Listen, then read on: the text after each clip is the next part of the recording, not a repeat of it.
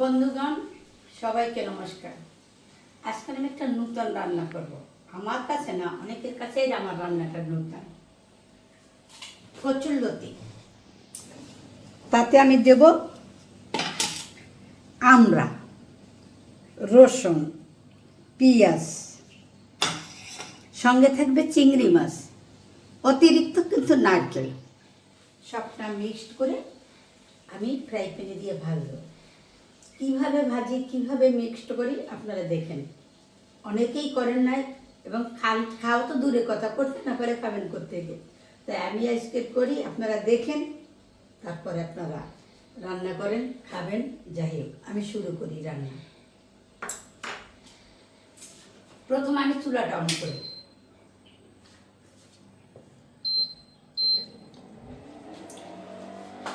এখন আমি এক এক করে আমার যত ময় মশলা যা এখানে আছে কচুরলতির সঙ্গে লাগবে, আমি সবগুলি অ্যাড করব।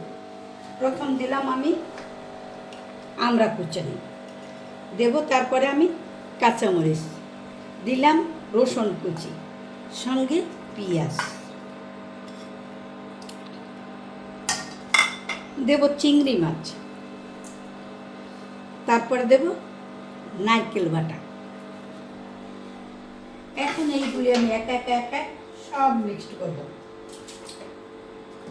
যদি ভাবি কাঁচামরিচ দিচ্ছি, তবু তো কচুরলতি, এতে একটু মরিচের পরিমাণটা বেশি দিতে হবে, তাই আমি একটু দেব শুকনো মরিচ।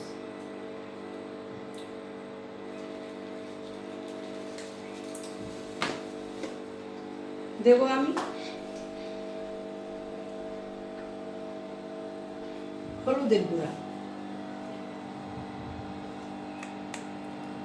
এখন আমি মাখাবো, আস্তে ধীরে এইগুলি সব আমি মাখাবো।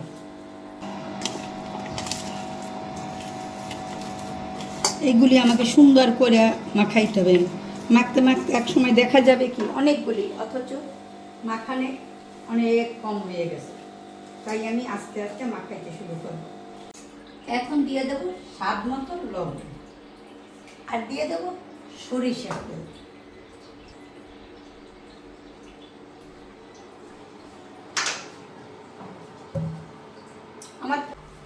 আমার ফ্রাই প্যান গরম হয়ে গেছে। এখন ফ্রাই প্যানে কচুরলতি ভাজার জন্য দিয়ে দেব সরিষার তেল। এখন নতুন জিনিস দেব। জিনিসটা হয়েছে কয়টা কালো জিরা দেব। তার কারণ হয়েছে, এই কালো জিরা দিয়ে ভাজলে সুন্দর একটা গন্ধ আসবে এবং একটু স্বাদও লাগবে।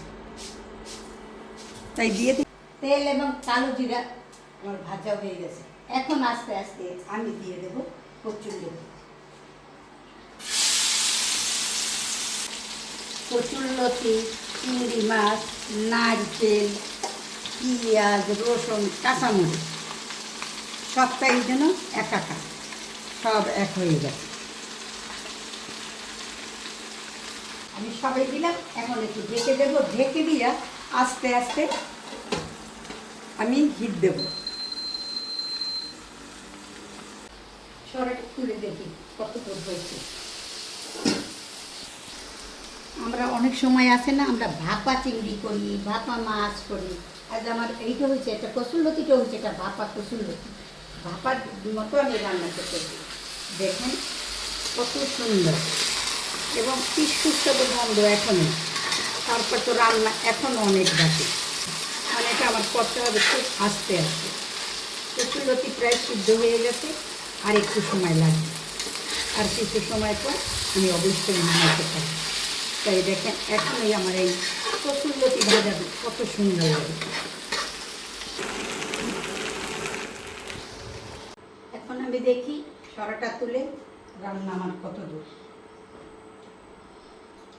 অবশ্যই দেখেন রান্নাটা আমার হয়ে গেছে। দেখেন একটা কচুরলতি ভাঙে নাই, একটা একেবারে গলে যায় নাই, সব লতিগুলি একরকম দেখেন সিদ্ধ হয়েছে সবগুলি। এখন আমার রান্না হয়ে গেছে, আমি এখন নামাইয়া ফেলব। আমি এখন চুলাটা অফ করে দেব। আমার কচুরলতি রান্না শেষ। বন্ধুগণ দেখেন আমার কচুরলতি রান্না। আমি সবাইকে উদ্দেশ্য করব, বিশেষ করে আমার মা বোনদের বলবো, দাদারা ভাইরা তারা তো আর রান্না করেন আর খায়ও না, রান্না করি আমরা, খায় দাদারা। তবে আপনাদের উদ্দেশ্যে বলবো যে আপনারাও এইভাবে রান্না করে একদিন পরিবারের সবাইকে খাওয়াবেন, দেখবেন কতটা ভালো এবং কতটা স্বাদের। যদি না খান তবে আপনারা কিন্তু ভুল। আমার রান্না যদি আপনাদের ভালো লাগে, অবশ্যই আপনারা আমার পাশে আছেন, পাশে থাকবেন, বন্ধু হিসাবে, বোন হিসাবে। লাইক করবেন, শেয়ার করবেন, কমেন্ট করবেন। সবাইকে আবার নমস্কার।